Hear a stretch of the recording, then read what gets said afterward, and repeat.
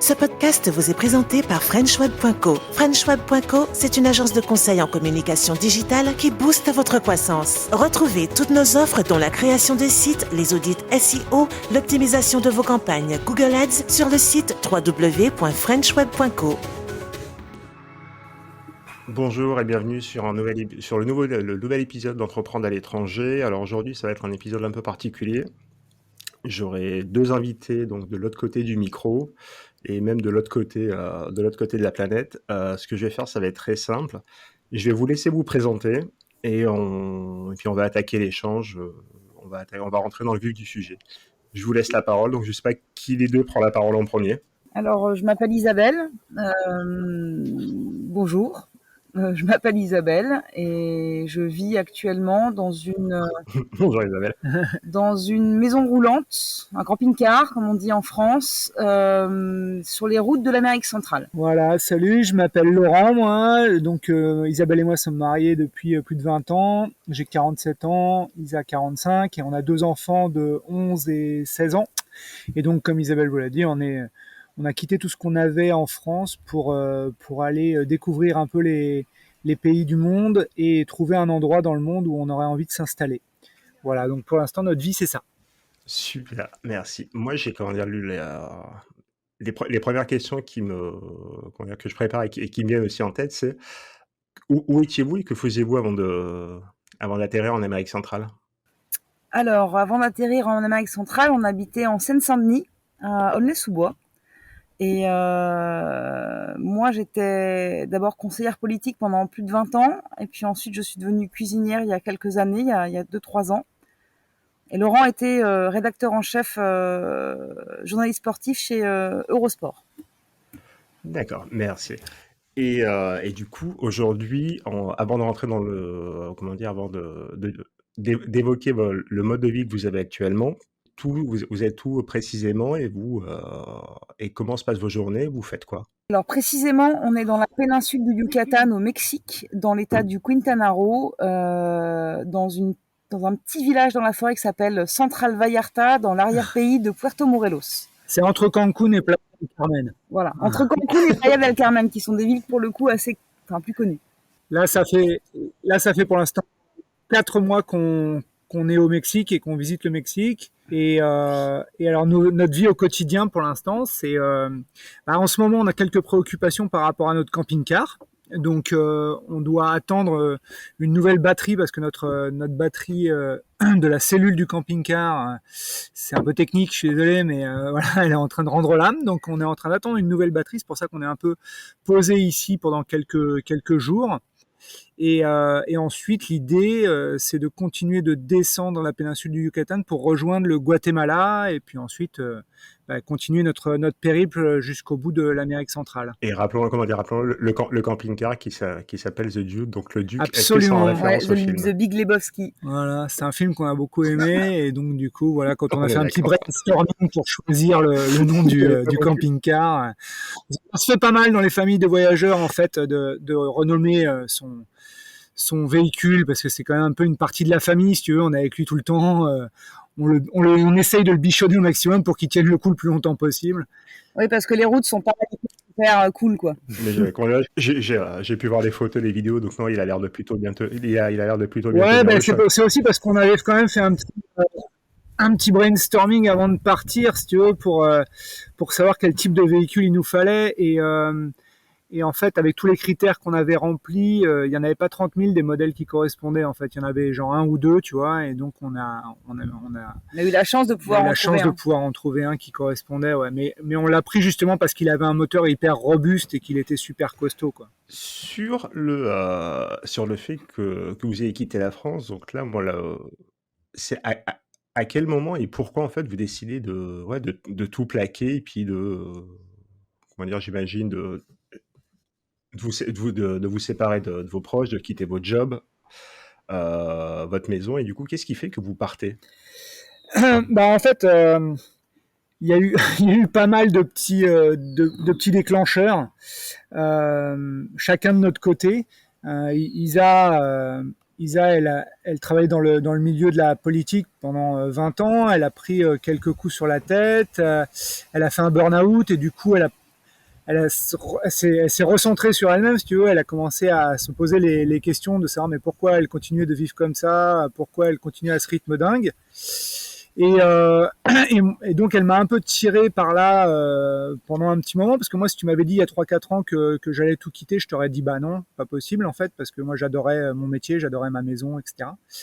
Mais, mais en fait, bah, on se rend compte que on a un rythme complètement dingue, surtout en région parisienne, où on va très très vite, où tout va très très vite, où les semaines passent à une vitesse dingue, et où tu te rends compte que tu vois pas non plus trop grandir tes mômes, qui rentrent de l'école, qui vont dans leur chambre, et que t'as pas le temps de faire pause, quoi.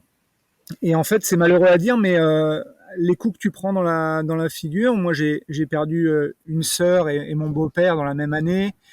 Isa, elle a fait un burn-out.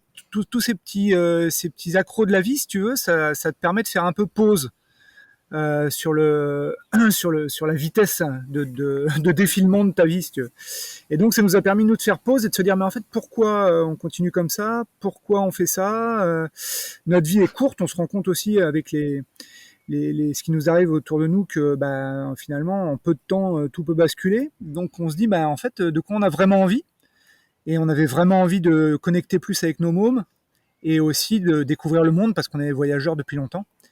Donc on s'est dit bah voilà, en plus voilà, il y a eu aussi un alignement de planètes pour ce qui me concerne parce que ma boîte a été rachetée par une boîte américaine et que le management de cette boîte américaine ne m'a pas convenu et qui m'ont proposé un plan de départ volontaire pour partir. Et comme ça faisait 15 ans que j'y étais, ben j'en ai profité pour partir. Du coup, on savait qu'on partait avec un cadre financier à peu près correct. Et voilà, c'est un peu tout ça qui nous a décidé, si tu veux. D'accord. Après, question basique, hein, quelle était la première destination? Donc une fois que tout est plié, tout est rangé, tout est vendu, que tout le monde est dans le camping-car, quelle est la première destination? Ah. La première destination, parce qu'on n'avait jamais fait de camping-car, on était très très néophytes sur la question. Donc après avoir vendu la maison, et acheté le camping-car, on a fait une première destination Angleterre-Écosse à l'automne, c'est-à-dire quand il pleut bien, pour être sûr qu'on était capable de vivre à 4 dans 12 mètres carrés, alors qu'on vient d'une maison qui faisait à peu près 150 mètres carrés. Avec un jardin. Avec un jardin. Et voilà, ça a été la première destination et ça a remporté un franc succès. Oui, ça a remporté un franc succès, ça s'est très bien passé. Faut dire que l'Écosse, c'est un pays merveilleux, un des plus beaux du monde, et du coup, notre jardin était incroyable, quoi. Ouais, à aucun moment vous vous posez la question de savoir voilà, si on loue un camping-car et puis on tente l'aventure pendant quelques semaines et on revient et au final on voit si ça nous a plu ou pas. Vous vous posez pas cette question, en fait, c'est vous partez directement. Il n'y a pas eu de test en fait. Non, en fait, non, il y a pas eu. Si, il y a eu le test de l'Écosse. En fait, ce qu'on s'est dit, c'est on veut plus de cette vie-là. On était arrivé à une saturation qui était très importante. On veut plus de cette vie-là, et surtout, il y a une autre chose aussi, c'est qu'on voulait montrer aux enfants que dans une vie, il y a plusieurs vies, et que en fait, la vie, elle dépend des choix qu'on fait. Que c'est pas forcément la société qui guide notre vie, c'est aussi nous.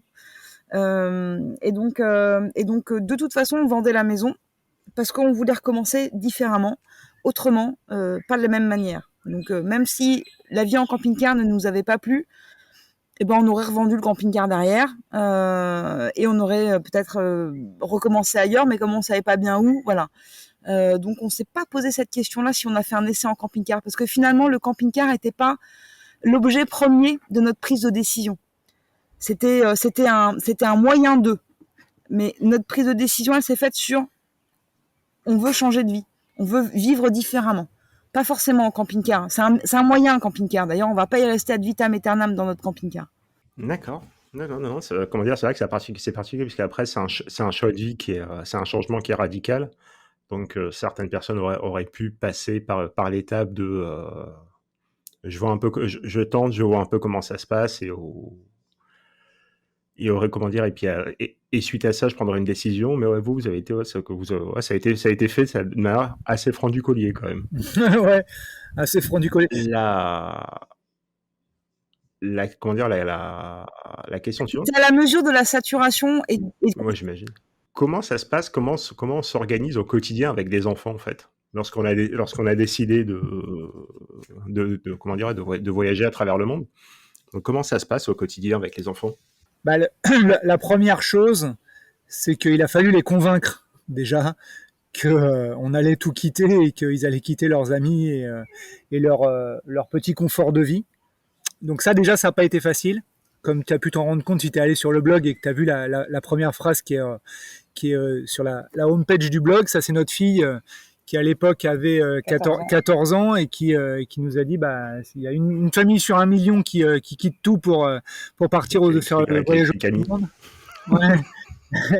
Et il faut que ça tombe sur la mienne, quoi. Oui. Donc elle était dégoûtée. Et ce qu'on n'a pas mis, c'est que derrière, elle a monté les escaliers, elle a claqué la porte de sa chambre. Mais ça, on pouvait pas le mettre. Donc ça a été un peu compliqué déjà. Mais alors au quotidien, pour répondre à ta question, il faut gérer l'école. Donc pour la grande, c'est les cours du CNED qui lui prennent quand même pas mal de temps en première, tu vois. Et pour le petit, on fait l'école nous-mêmes. Donc déjà, ça nous prend une partie de la journée. Et puis après, ils ont liberté totale. Donc en fonction de là où on est, tu vois, là par exemple, on est dans la jungle, dans un grand espace.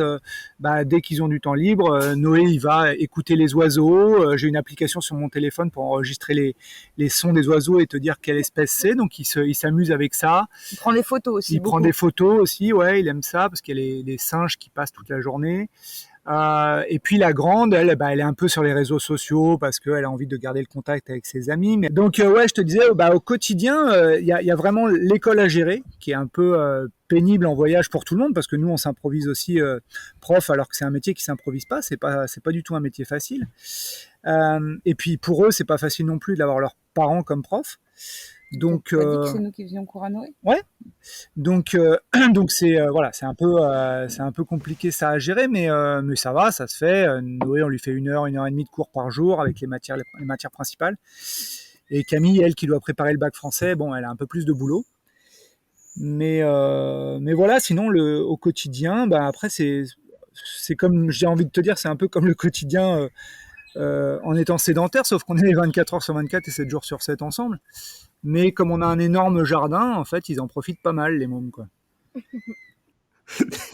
J'ai pu voir les photos, je confirme.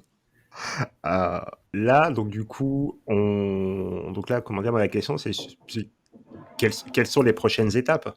Quelles sont les prochaines étapes? Donc on attend la batterie, et une fois que la batterie sera là, donc du coup. Alors la prochaine étape, c'est le bac de Camille parce que l'épreuve est le 16 juin, enfin le bac français.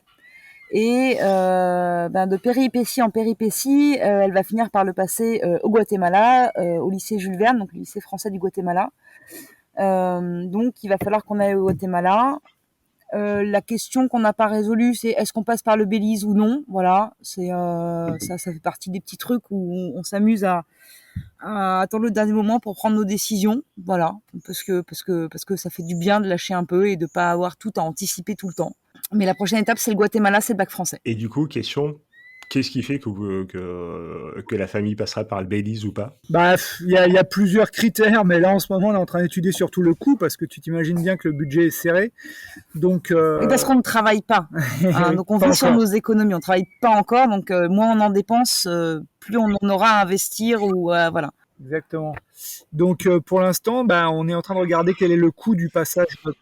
C'est le fait de passer par le Belize, c'est le fait d'y rester un peu. Le fait de passer par le Belize, c'est la tentation. C'est ça, ouais. C'est la tentation parce qu'il y a quand même pas mal de trucs à faire et du coup, mais si on y est, on va avoir envie de faire des choses, quoi. C'est un pays assez cher. C'est le Honduras britannique et c'est un pays où on paye en dollars. Et c'est la barrière de corail qu'on trouve ici. Nous, on est déjà sur cette grande barrière de corail. Mais par contre, le côté négatif là, c'est que c'est la période des sargasses, donc ces algues qui viennent envahir les plages. Et c'est pas tout à fait la bonne saison pour aller faire vraiment de la plongée, puisqu'on arrive dans la petite saison des pluies. Donc, mais ça reste un pays très beau. Mais surtout pour nous, en fait, le Belize, c'est la route la plus courte pour aller au Guatemala. Donc ça nous fait gagner de passer par le Belize, ça nous coûte, mais ça nous fait gagner presque 300 ou 400 kilomètres. Donc prochaine étape, le Guatemala. Ouais. Tout à fait. Non, du coup, je posais la question, je disais, on a évoqué le bac de Camille et puis le fait de faire l'école, de faire l'école à la maison. Comment dire, quelles sont les questions qu'on se pose au quotidien dans ce type d'aventure? Tu parles de la charge mentale qu'on peut avoir au quotidien? C'est ça. Ok. C'est ça, c'est la charge mentale. C'est est-ce que les préoccupations sont les mêmes lorsqu'on est à 4 dans un camping-car ou lorsqu'on est... Alors, la charge mentale, les préoccupations sont pas les mêmes. Pour autant, il y en a toujours. La première chose, c'est les fluides. C'est-à-dire que le camping-car, contrairement à une maison, n'est pas autonome sur tout. Donc là, avec la nouvelle batterie, on va certainement être vraiment autonome en électricité, mais pour l'instant, on ne l'est pas. C'est l'eau.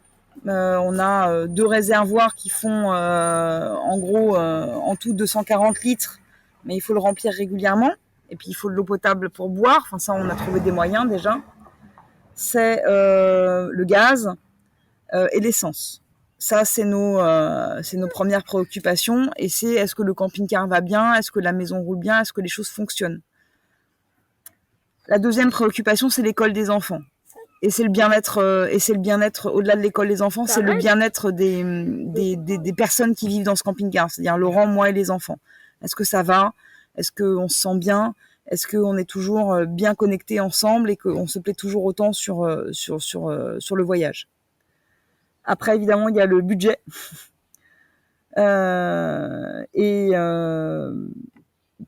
A priori, après la dernière charge mentale qui est vraiment quotidienne, c'est où on va, où est-ce qu'on dort, qu'est-ce qu'on fait. Donc ouais, donc du coup, je reprends ma question. Je vous demandais s'il y avait une anecdote, une histoire que vous pouvez partager sur ce qui a pu arriver lors de votre trip. Ouais, on a une très belle histoire. C'est une histoire de rencontre. C'est une histoire de rencontre parce que ce qui est génial, c'est que on fait des rencontres absolument fabuleuses. Et le fait d'être nomade comme ça, de pas avoir beaucoup de temps sur place à chaque fois, de ne pas être dans le paraître, des rencontres sont plus vraies. Je saurais pas expliquer ni pourquoi ni comment, mais il y a quelque chose où on est un peu à nu devant les gens et du coup il y a quelque chose de plus authentique.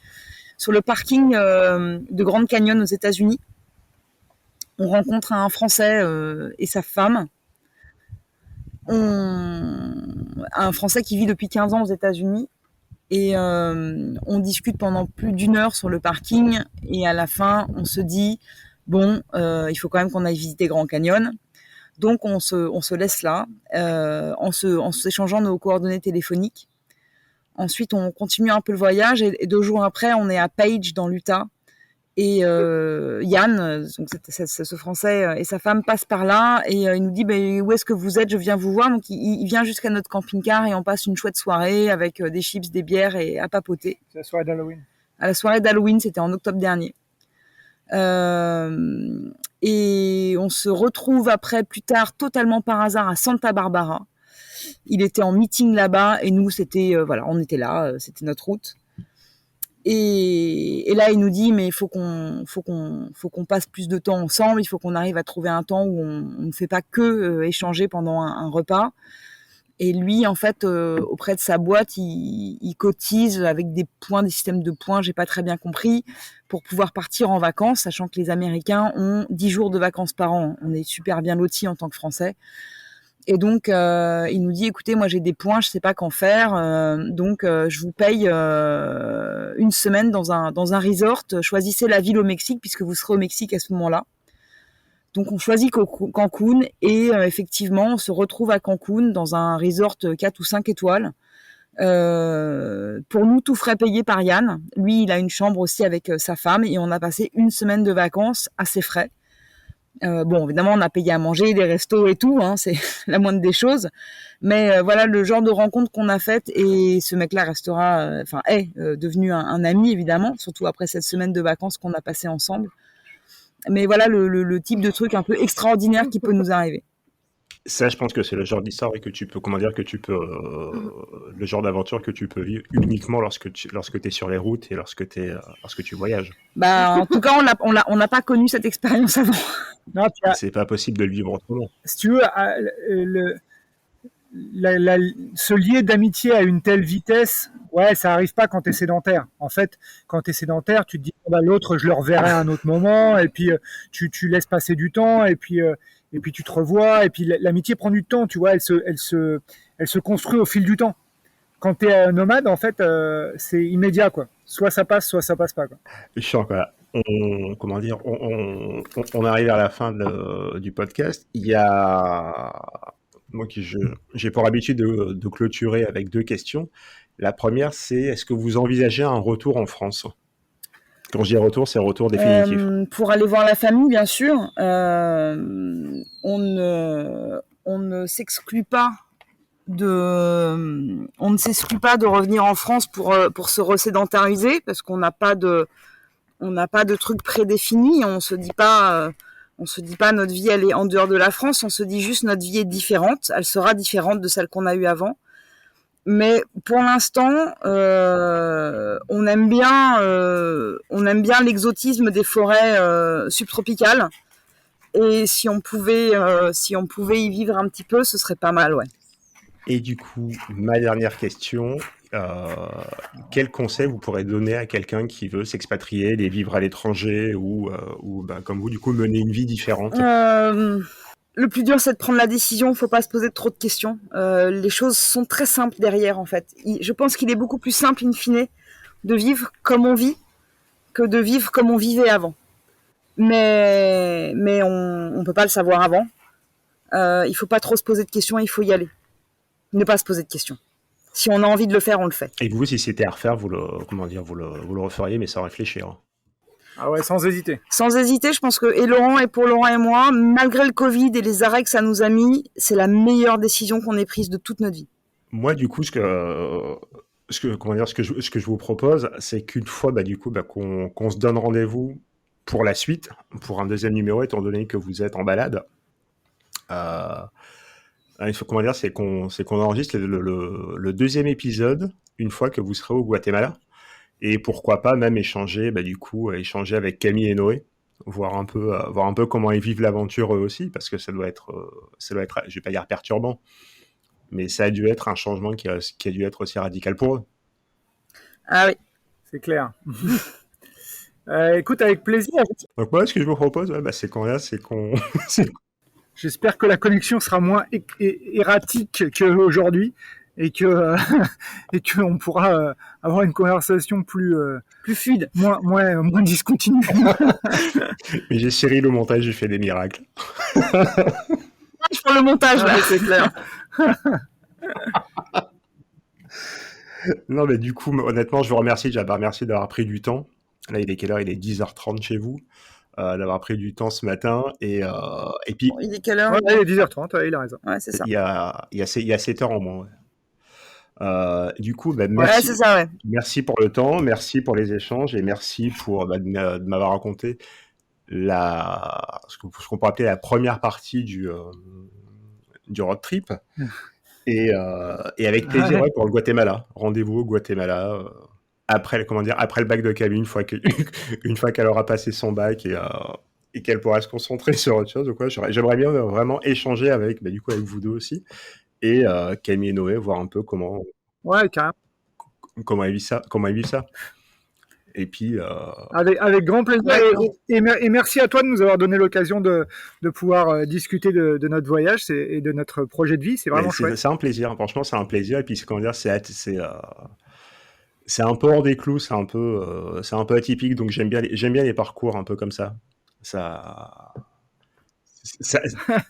Ouais, ça pour être atypique, c'est atypique. Ça vient casser des monotonies, quoi. Tu m'étonnes. Mais du coup, je vous remercie. Je vous souhaite une excellente fin de journée et mes amitiés au Duc. Ça marche, je dirais.